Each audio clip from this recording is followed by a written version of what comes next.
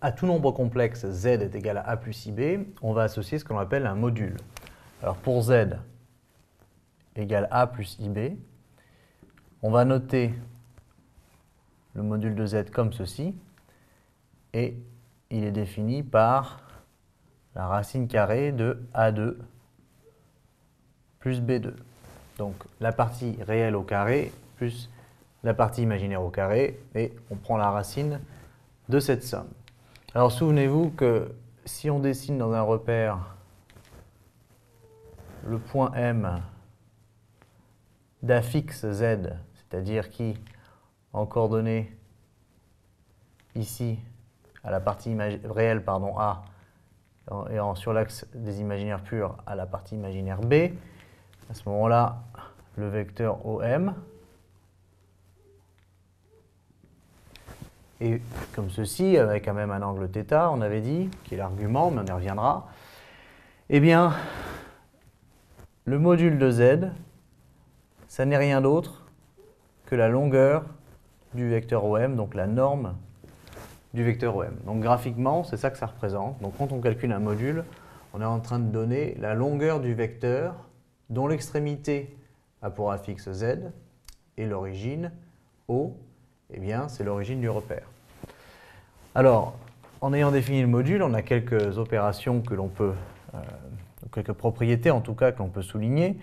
La première, c'est que le module de z est supérieur ou égal à 0 pour tout z, c'est normal, c'est une racine. De toute façon, ça représente une longueur. Donc, a priori, il n'y a pas le choix. Il faut bien qu'elle soit positive ou nulle, cette quantité.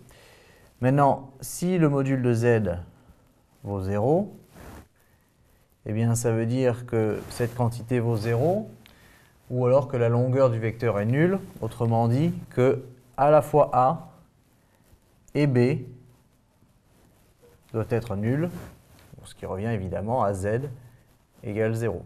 Donc tout nombre complexe dont le module est nul lui-même. Voilà. Ensuite, on peut noter que z a le même module que moins z, a aussi le même module que z bar, puisque z bar a la même partie réelle, mais la partie imaginaire opposée, mais le carré s'occupe du signe. Voilà.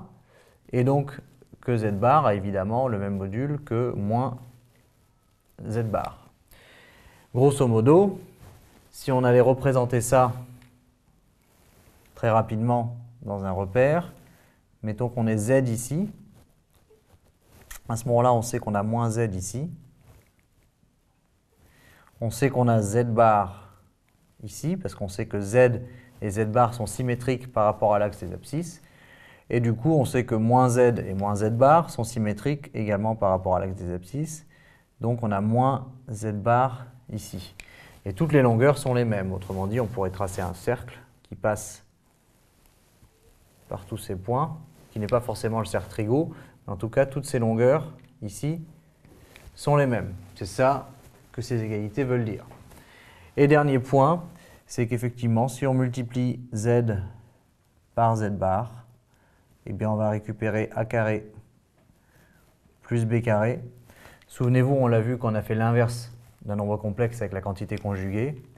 Et a carré plus b carré, ben, quand on voit la définition du module, ça n'est rien d'autre que le module de z au carré.